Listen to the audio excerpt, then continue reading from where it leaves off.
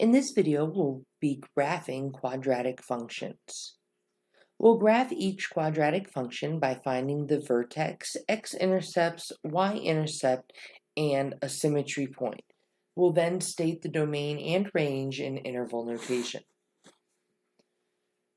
Before I start finding any of these points, I want to look at my quadratic function and see if there are any general observations that I can make about this. I notice that the leading coefficient is positive, which tells me that my parabola will be opening up.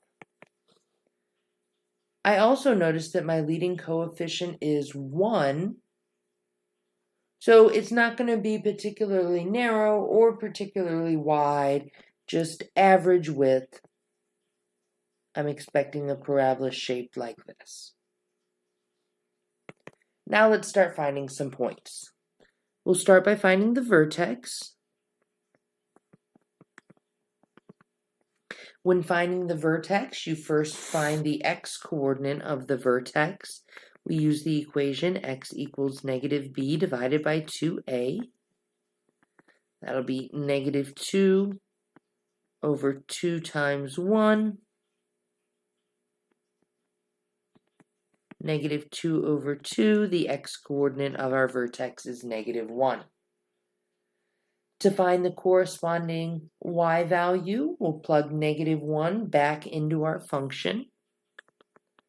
F of -1 will be -1 squared plus 2 times -1 minus 8, which gives us -9.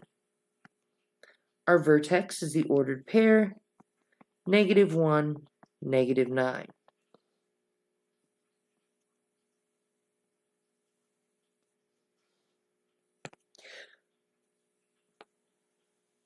Next, we want to find our x-intercepts. Recall that parabolas can have 0, 1, or 2 x-intercepts. You'll know that there are 0 x-intercepts when you come across an imaginary number during your solving process. To find x-intercepts, you let y be equal to 0 and solve for x. We have a quadratic equation to solve here. I see that this factors nicely into x plus 4 times x minus 2. We'll set each factor equal to 0 and solve.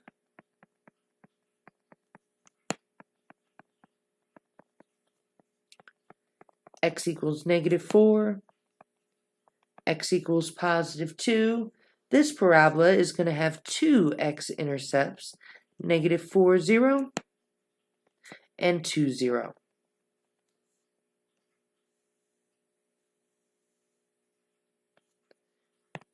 Before we move to the graph paper, we also want to find the y-intercept. A parabola will always have exactly one y-intercept.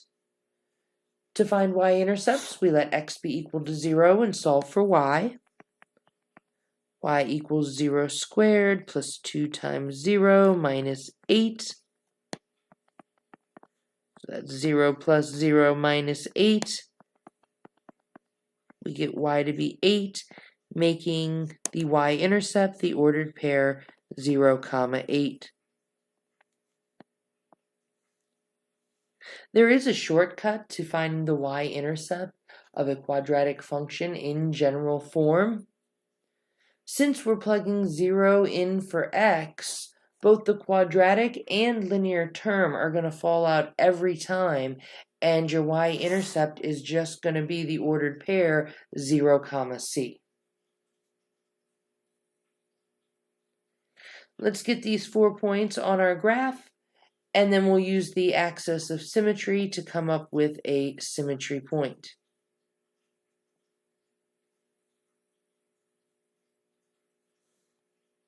Our vertex is the point -1, -9.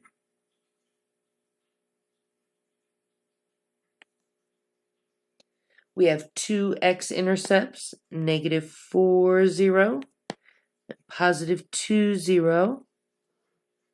and a y-intercept of 0, -8.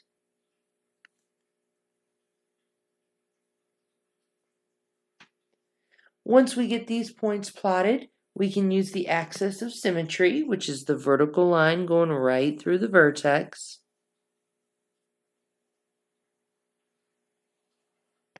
and our y-intercept to help us get an additional point. You'll notice that our y-intercept is 1 unit to the right of our axis of symmetry. Therefore, we're going to have another point 1 unit to the left of our axis of symmetry. This way, our parabola matches on both sides. So here's our symmetry point.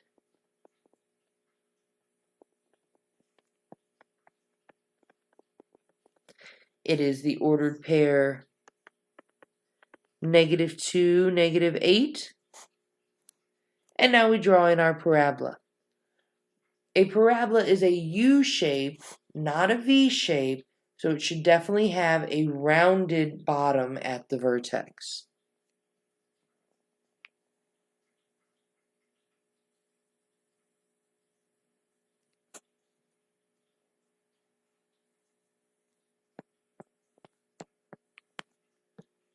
And there we go. We want to state both the domain and range of our parabola. We can certainly get the domain by looking at the picture. I have an arrow pointed towards the left and towards the right, which tells me that my domain is -infinity to +infinity. But I could also get the domain from the equation. We know that our domain is -infinity to +infinity unless I have a variable in the denominator of a fraction or under an even-indexed radical. For range, I have to use the picture. My very smallest y value is going to be -9. We are including that since we have a point there at the vertex. And our very largest y value, +infinity.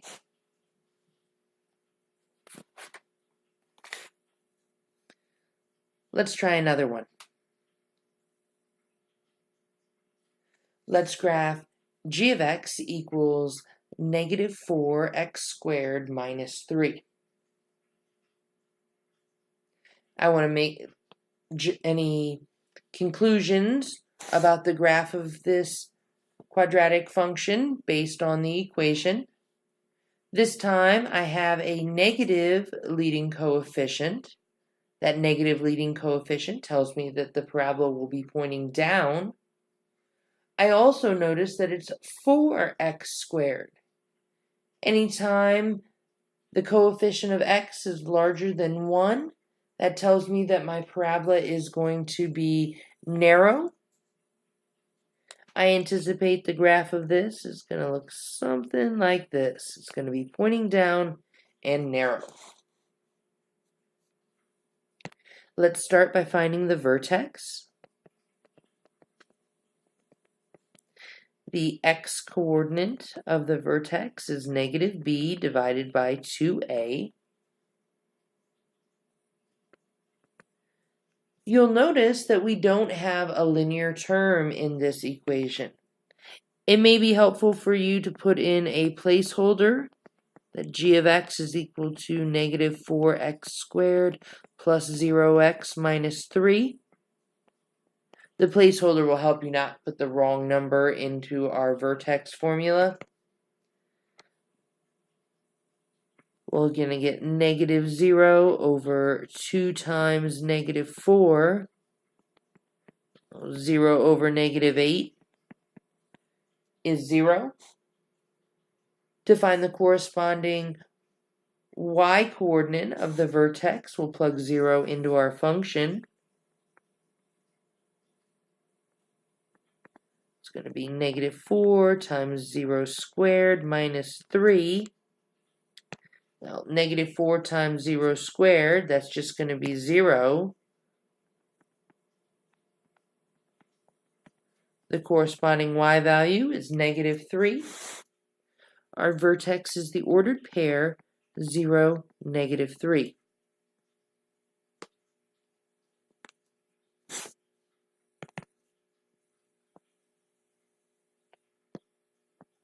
Next, we find the x-intercepts. To find x-intercepts, we let y be equal to 0 and solve for x. That gives us the equation 0 equals -4x squared minus 3. We want to solve this quadratic.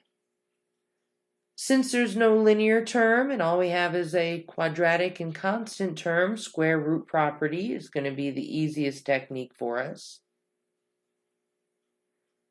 We need to isolate what's being squared. So let's add 3 to both sides. And then divide by -4. We get -3/4 is equal to x squared. Now that we have the squared isolated, we can use square root property. Take the square root of both sides. On the right, the square and square root cancel out, leaving us with just x. And on the left, we're going to have plus or minus the square root of -3/4. We want to simplify the radical, but notice what's going on with this radical. We have a negative number underneath of our radical. This is going to create an imaginary number.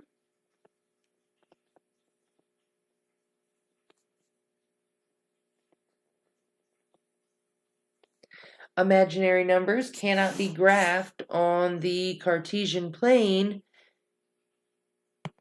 When we come across an imaginary number when identifying x-intercepts, this means that there will be no x-intercept.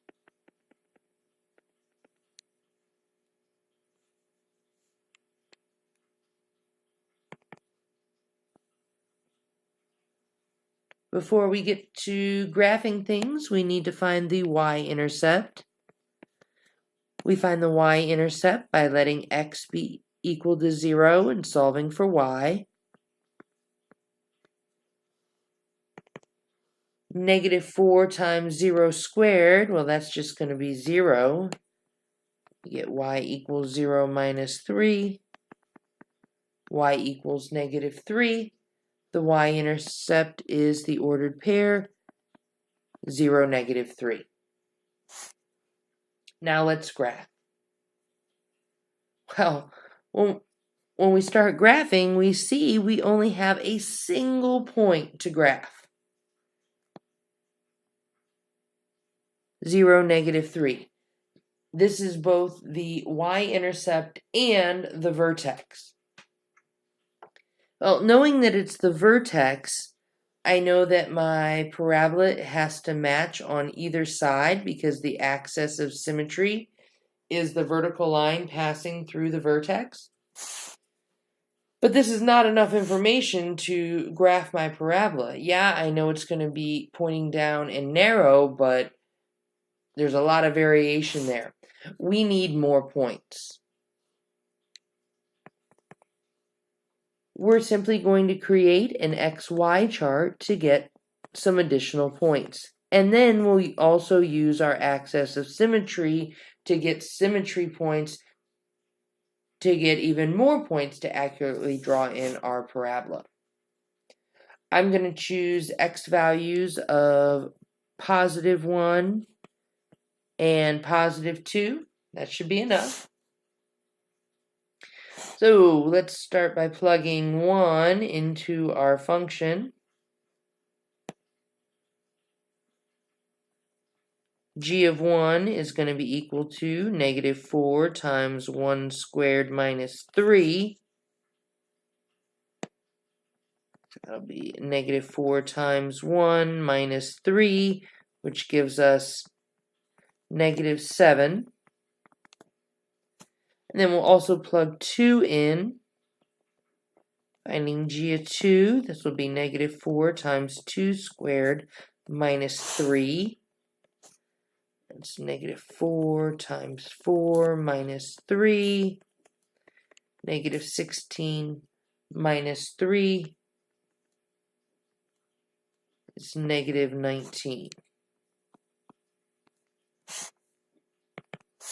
All right, let's plot these points. 1, negative 7.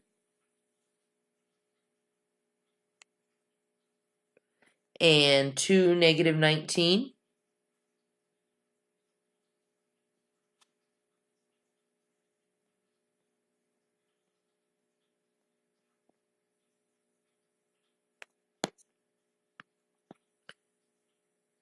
This gives me points on one side of the vertex, but I really need points on both sides of the vertex to be able to draw in my parabola. This is where I'm going to use the axis of symmetry to get some symmetry points to draw in my parabola. I know that my graph has to match on either side of my axis of symmetry.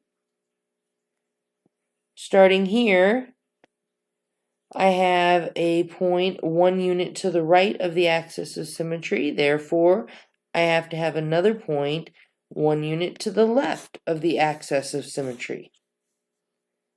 Looking at the point 2, negative 19, that point is 2 units to the right of the axis of symmetry, so there has to be another point 2 units to the left of the axis of symmetry.